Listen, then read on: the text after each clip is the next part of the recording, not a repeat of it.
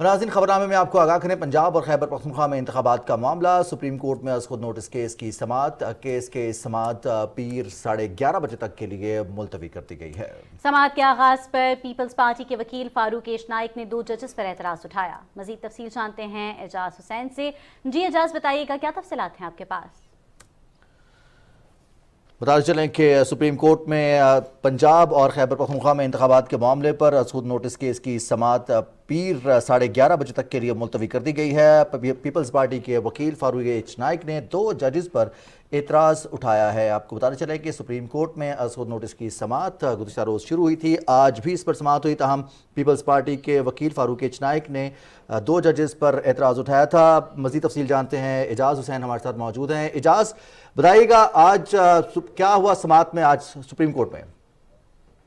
جی، ایسے chief justice عمرت Bandial کی سربراہی میں 9 رکنی بینچ نے سماعت کی ہے، اور آج کی امپورٹنٹ چیز یہ ہے کہ عدالت نے سب سے پہلے کنفرم کیا ہے کہ جو نوٹسز ہیں جو کل انہوں نے جاری کیے تھے میڈیا کے تھرو، وہ تمام کو موصول ہو گئے ہیں اور ان کے وکلاء جو ہے وہ عدالت میں موجود تھے۔ فاروق ایچ نائک جو کہ پاکستان پیپلز پارٹی کے وکیل ہیں، اس کے علاوہ کامران مرتضیٰ وہ جے یو آئی کے وکیل تھے، اور ان تمام نے اعتراض کیا ہے۔ 3 پولیٹیکل جو مین پارٹیز ہیں پی ڈی ایم کی، انہوں نے اعتراض کیا ہے بینچ کی تشکیل کے حوالے سے، اور بینچ کے 2 ارکان جسٹس اعجاز الحسن اور جسٹس مظاہر علی اکبر نقوی پر اعتراض اٹھایا ہے، اور یہ کہا ہے کہ ان کو اس بینچ کی مہم میں شامل نہیں ہونا چاہیے، اور ان کا کہنا ہے کہ یہ کوئی اعتراض نہیں ہے، ان کی ذات پر کوئی انہیں اعتراض نہیں ہے، لیکن کچھ وجوہات ہیں جو کہ مناسب وجوہات ہیں۔ ان کا یہ کہنا ہے کہ کیونکہ جو 16 فروری کو آرڈر جاری کیا گیا تھا وہ ان 2 ججز کے نے جاری کیا تھا، جس میں یہ کہا گیا تھا کہ از خود نوٹس لیا جائے اس معاملے کو، اور چیف جسٹس کو معاملے ریفر کیا گیا تھا، تو ان کا کہنا ہے کہ یہ دونوں ججز جو ہے جج صاحبان وہ پہلے ہی اپنا ذہن دے چکے ہیں، اپنا مائنڈ دے چکے ہیں، ابھی وہ اس بینچ میں اگر شامل ہوں گے تو اس لیے پریجوڈس ہوگی، اس کی جو ہیئرنگ ہوگی، یعنی کہ وہ پہلے سے ان کا مائنڈ تیار ہے کہ سو موٹو جو ہے وہ جائز ہے۔ دوسرا ان کا یہ کہنا تھا کہ صرف بینچ کی تشکیل نہیں، بینچ کی حیت پر بھی انہیں اعتراض ہے، نیا بینچ تشکیل دیا جائے اور اس میں ججز کی جو شمولیت ہے اس کو بھی مد نظر رکھی جائے۔ ظاہر ہے ان کی جو اشارت ہے وہ جسٹس قاضی فائز عیسیٰ اور جسٹس سردار طارق مسعود کی طرف ہے، جو کہ اس حوالے سے پاکستان بار کونسل کا بھی یہ مطالبہ ہے۔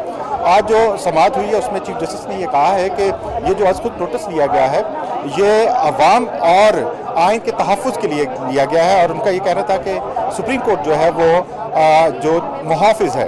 ساتھ ان کا یہ کہنا تھا کہ جو 16 فروری کو 2 بینچ کا آرڈر تھا، حکم نامہ تھا، وہ 16 فروری کا تھا، اور جو سو موٹو لیا گیا ہے وہ 22 فروری کو لیا گیا ہے، اور ان کا یہ کہنا تھا اس عرصے کے دوران بہت اہم پیش رفت ہوئی تھی، جس کی وجہ سے آج خود نوٹس لینے کی نوبت آئی۔ اس میں انہوں نے جو صدر مملکت کا بھی ذکر کیا کہ ان کی طرف سے دونوں صوبوں میں عام انتخابات کے انعقاد کی تاریخ دے دی گئی تھی، اور ساتھ دوسرے بھی اہم ایونٹ ہوئے تھے جس کی بنا پر انہیں آج خود نوٹس لینا پڑا، اور اب یہ سماعت جو ہے وہ پیر تک ملتوی کر دی گئی ہے۔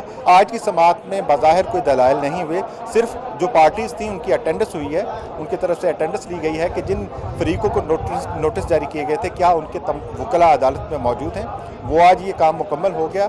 دوسری جو ہے وہ پی ڈی ایم کی طرف سے ایک ریکویسٹ آ گئی بینچ کی تشکیل اور حیت کے حوالے سے، وہ بھی عدالت نے نوٹ کر لی ہے۔ اب منڈے سے جو ہے وہ اس کی پراپر ہیئرنگ سٹارٹ ہوگی۔ جی بہت شکریہ اعجاز حسین، آپ میں تفصیلات سے آگاہ کر رہے تھے۔ سپریم کورٹ میں سماعت ہوئی ہے آج از خود نوٹس کی۔ ڈیٹ سروسنگ ہے وہ تقریباً 5200 ارب پہ پہنچ گئی ہے۔ So all that federal government will earn will go to debt servicing.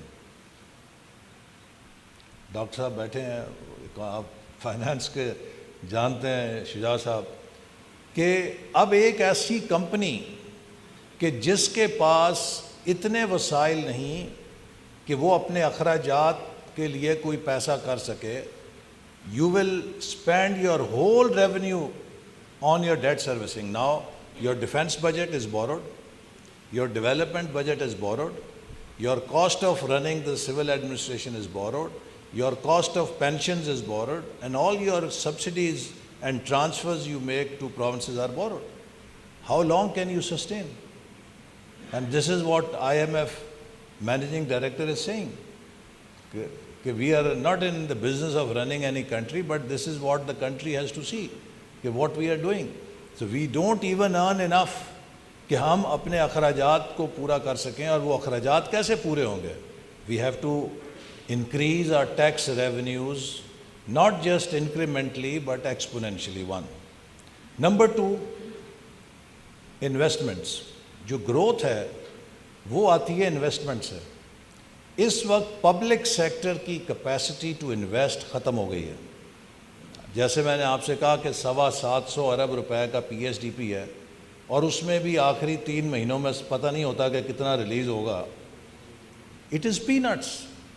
So how are we going to move forward? The only way is private sector investment. کہ ہم کس طریقے سے ملک کے اندر پرائیویٹ سیکٹر انویسٹمنٹ کو اور بیرون ملک سے فورن ڈائریکٹ انویسٹمنٹ کو چینلائز کرتے ہیں. کیا ہمارے لیے بحیثیت ملک یہ سوچنے کی بات نہیں ہے کہ ویتنام آدھا ملک ہے ہم سے, 10 کروڑ کی آبادی ہے, اس کی ایف ڈی آئی تقریباً 28 سے 30 ارب ڈالر سالانہ ہے, اور ہم 22 کروڑ کا ملک ہیں, 1.5 ارب ڈالر کی ایف ڈی آئی ہے پاکستان میں.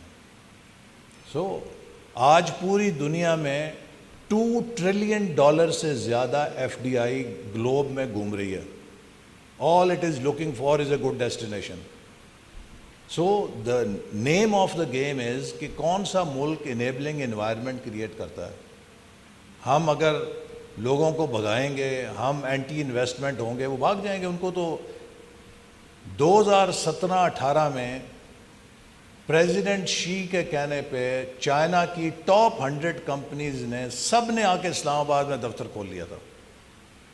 اگر آپ ان دنوں اسلام آباد جاتے کسی شاپنگ مال میں, کسی ریسٹورنٹ میں, ہر جگہ آپ کو چینی نظر آتے تھے, اور وہ لوگ آ کے یہاں پہ پرائیویٹ سیکٹر کو ہر جگہ انگیج کر رہے تھے کہ بتائیں ہم کیسے کر سکتے ہیں. اور جو مومنٹم تھا, میرا اپنا یہ گمان تھا کہ اگلے 5 سے 7 سالوں میں we could see 30 to 40 billion dollar Chinese private investment in Pakistan. ہم نے کیا اس کے ساتھ؟ ہم نے ان کو سکینڈلائز کیا. ہم نے کہا یہ چینی یہاں پہ مہنگے قرضے دینے آ گئے ہیں, یہ کک بیکس دے رہے ہیں, یہ کرپشن کر رہے ہیں. انہوں نے کہا السلام علیکم, ہم تو آپ کے ساتھ نیکی کرنے آئے تھے, آپ اگر یہ ہمیں اس کا صلہ دینا چاہتے ہیں تو دے آل پولڈ بیک. آج اسلام آباد خالی ہو گیا. ہم نے ان کو ویزے تک نہیں جاری کیے. جنہوں نے ویزے ایکسٹینشن کرانے تھے یا وہ لینا چاہتے تھے, 1.5 لاکھ روپے 2 لاکھ روپے رشوت دے کے وہ مشکل سے اپنی جان چھڑا کے ملک سے نکلتے تھے, آ کے روتے تھے ہمارے پاس. وفاقی وزیر منصوبہ بندی احسن اقبال لاہور میں تقریب سے خطاب کر رہے ہیں. ان کا یہ کہنا ہے کہ اداروں کو اپنے اخراجات میں کمی لانا ہوگی. ناظرین, گورنر خیبر پختونخوا حاجی غلام علی کنونشن سے خطاب کر رہے ہیں. تعالیٰ آپ سب کو کامیابی سے ہمکنار کریں, آپ کی قسمت اچھی کریں. لیکن یہ 15 سال جو کچھ آپ کے والدین نے آپ پر خرچ کیا اور آنے والے وقتوں میں مزید بھی خرچ کرے گا, لیکن یہ آپ سمجھے کہ والدین نے ان کی کمائی میں جو حصہ تھا وہ آپ کو دے دیا, باقی حصے کی آپ اتنی کوشش مت کریں. جو دے گا وہ خوش دلی سے دے گا, لیکن اس معذور بچوں کو دیکھ کر آپ اپنا جذبہ مزید توانا کریں گے. آپ نے ادھر ادھر وقت کے ضیاع سے بچ کر مزید نالج گین کرنے کے لیے آپ نے اپنے لیے راستے کھولنے ہوں گے. آپ اس میدان میں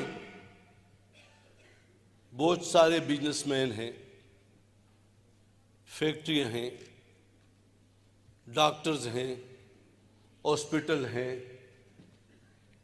میڈیسن کی دکانیں ہیں. آپ نے مردوں سے زیادہ قابلیت سے کام کرنا ہے کہ اپنا لو منوا دو کہ بھائی اس مردان وومن چیمبر سے جو بچی نکلتی ہے ان کو آپ نے روزگار دینا ہے. اور میں وی سی صاحبہ کو بھی، جو دیگر رسپانسبل ہمارے اس یونیورسٹی کے ہیں، انہیں بھی کہتا ہوں کہ مردان میں ایک ریسرچ کریں اور کسی کی ڈیوٹی لگائیں کہ یہاں پہ کون سے بزنس مین ہیں جن کی بزنس بڑے لیول پر ہے، پھر اے بی سی ڈی تک 3 کیٹیگری منتخب کریں، چیمبر سے رابطہ رکھیں، انڈسٹریلسٹ کو لسٹ میں لیں، پھر ان کو کہیں اگر آپ سالانہ 200 یا 300 بچیوں کو فارغ کرتے ہو تو 6 مہینے پہلے آپ نے یہ ریسرچ کرنا ہوگا کہ ہم 300 لوگوں کو ٹارگٹ کریں کہ بھئی آپ نے ایک ایک بچی کو اپنے ساتھ روزگار پر رکھنا ہے، اور جب ہم ان کو ڈگری دیتے ہیں تو میں اس دن خوش ہوں گا کہ ڈگری کے ساتھ ان کو اپائنٹمنٹ لیٹر بھی دیا جائے۔ اور یہ کوئی مشکل کام نہیں، 5000 دکانوں میں 500 بچیوں 300 بچیوں کو روزگار دینا، ہر ایک اپنے گھر میں بچی رکھتی ہے، ان کی بیٹیاں ہیں، تو یہ معاشرے پہ نہ صرف بوجھ کم ہوگا بلکہ یہ اپنے پاؤں پہ بھی کڑی رہے گی، اور بچیوں کو زیادہ مشکلات اور مقابلے میں بھی ہم نے نہیں ڈالنا۔ میں بھی کوشش کروں گا انشاءاللہ تعالی۔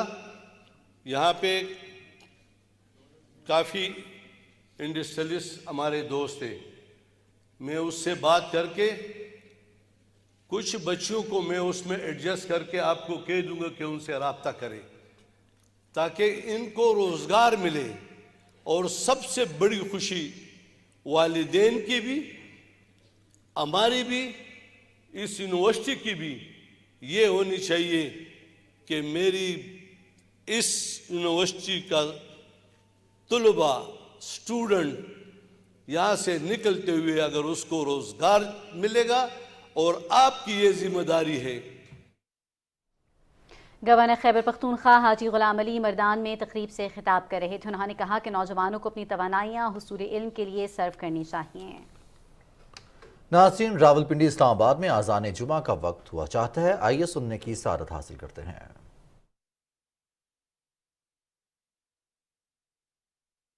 اللہ اکبر اللہ اکبر اللہ اکبر اللہ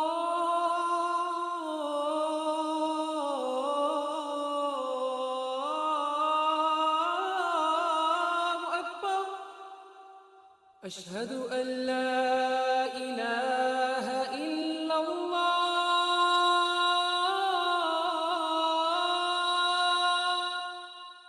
اشہد ان لا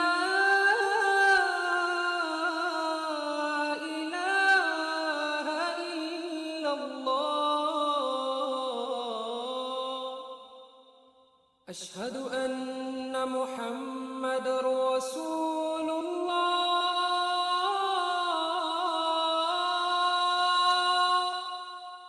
اشہد ان محمد رسول اللہ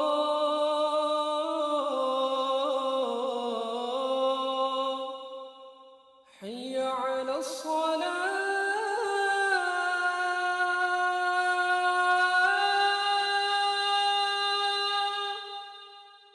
حی علی الصلاة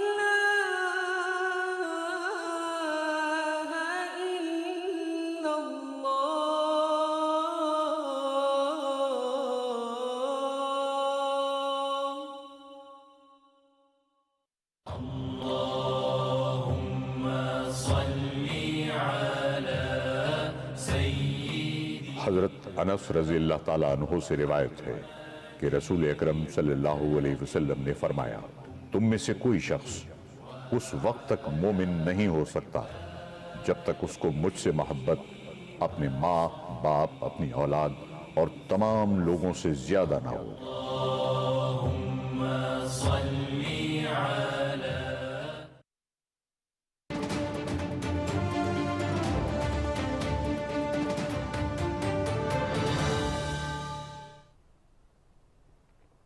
خبرنامے میں آپ کا ایک مرتبہ پھر خیر مقدم ہے۔ پیپلز پارٹی کے رہنما فاروق کیشنائک نے کہا ہے کہ قانون اور آئین کے دائرے میں رہ کر دیکھیں گے کہ سیاسی بحران پیدا کیا گیا کیا وہ ملک کی بقا کے لیے ٹھیک ہے۔ ایک اجنبی کے کہنے پر پنجاب اور خیبر پختونخوا اسمبلیاں تحلیل کی، کیا وجوہات تھی؟ سپریم کورٹ کے باہر میڈیا سے گفتگو کرتے ہوئے انہوں نے کہا کہ ایک اجنبی کے کہنے پر اسمبلیاں تحلیل کر دی گئیں، سسٹم کو ڈیریل کیا گیا، اس کا نقصان بہت دور تک جائے گا، یہ نقصان ملک اور قوم کو سنبھالنا پڑے گا۔ وزیر اعظم محمد شہباز شریف سے سابق صدر آصف علی زرداری نے اسلام آباد میں ملاقات کی۔ دونوں رہنماؤں نے مجموعی سیاسی صورتحال اور عوامی فلاح سے متعلق امور پر تبادلہ خیال کیا۔ وزیر اعظم ہاؤس آمد پر محمد شہباز شریف نے پیپلز پارٹی پارلیمنٹیرینز کے صدر آصف علی زرداری کا استقبال کیا۔ وزیر اعظم محمد شہباز شریف نے کہا ہے کہ کفایت شعاری اور سادگی کے حوالے سے جو تاریخ ساز فیصلے لیے گئے ہیں ان کے نفاذ میں کسی قسم کی تاخیر قابل قبول نہیں ہوگی اور ان پر سختی سے عمل درآمد ہوگا۔ حکومتی سطح پر کفایت شعاری اور سادگی کی پالیسی کے نفاذ کے حوالے سے اجلاس کی صدارت کرتے ہوئے وزیر اعظم نے ان فیصلوں پر بھرپور عمل درآمد کے لیے ایک مانیٹرنگ کمیٹی قائم کرنے کی ہدایت کی۔ کمیٹی میں ہر اتحادی جماعت کے کابینہ رکن کی نمائندگی ہوگی اور اس کا اجلاس کم از کم 2 ہفتے کے بعد منعقد کیا جائے۔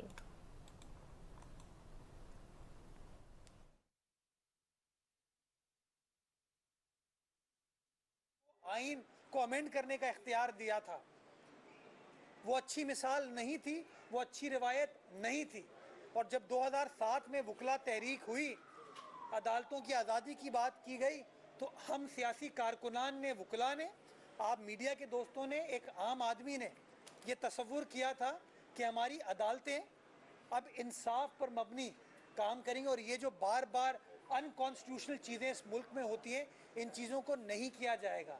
تو جب کوئی آمر آئین کو امینڈ نہیں کر سکتا، کوئی فرد واحد آئین کو امینڈ نہیں کر سکتا، اسی طریقے سے کوئی جج صاحب بھی آئین کو امینڈ نہیں کر سکتا۔ آئین کو امینڈ کرنا، قانون سازی کرنا، یہ پارلیمان کا کام ہے، اور جب بھی عدالتیں ان چیزوں میں انوالو ہوئی ہیں اس کے نتائج اتنے کوئی پازیٹیو پاکستان کے لیے نہیں بلاول بھٹو زرداری صاحب کے حوالے سے ایک سر سوشل میڈیا پہ ایک ٹرینڈ چل رہا ہے بلاول بھٹو زرداری کے سرکاری دوروں کے حوالے سے۔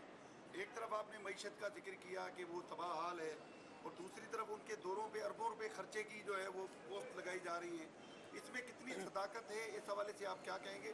دوسرا ایک آڈیو ٹیپ ہے جس میں جو ہے وہ محمد خان بھٹی کا ذکر ہے کہ وہ جج صاحب کے کسی کے اعلیٰ عدلیہ کے ایک بڑے معزز جج ہیں، ان کے گھر پر ہیں اور ایک سابقہ سی ایم ان کو جا رہا ہے، یہ اس پہ کیا کہیں گے کہ کیا ایکشن ہونا چاہیے؟ دیکھیں، کہتے ہیں اربوں روپے خرچ کیے جا رہے ہیں بلاول صاحب کے ٹرپس پہ، یار یہ بتا دیں کہاں سے اربوں روپے خرچ ہو رہے ہیں۔ یہ ہمارے لوگوں کو پریس کانفرنس کرنے کا شوق ہے، الزامات بیانات کا شوق ہے، بہتان لگانے کا شوق ہے، کہاں سے یہ فگر آیا یہ کسی کو نہیں پتہ، غلط ہے۔ بلاول صاحب نے خود کیٹیگوریکلی غالباً فلور آف دی اسمبلی پہ کہا تھا، کسی پریس کانفرنس میں کہا تھا کہ میں جو یہ ٹورس پہ جاتا ہوں، ٹرپس پہ جاتا ہوں، یہ میرا حق ہے۔ کیوں؟ کیونکہ میرا بنیادی کام یہ ہے کہ میں فارن پالیسی کے معاملے کو پاکستان کے جو اور ممالک کے ساتھ تعلقات ہیں اس کو استوار کروں۔ رہنما پیپلز پارٹی مرتضی وہاب کی کراچی میں میڈیا سے گفتگو ناظرین آپ ملاحظہ کر رہے تھے، اور ناظرین اب شامل کریں گے موسم کی صورتحال۔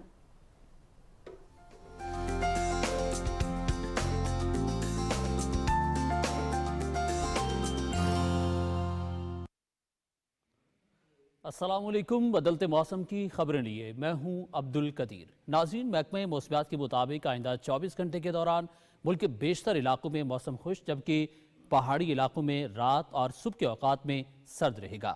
تاہم کرم اور وزیرستان میں مطلع ابر آلود رہنے کے علاوہ چند مقامات پر تیز ہواؤں اور گرج چمک کے ساتھ ہلکی بارش ہو سکتی ہے۔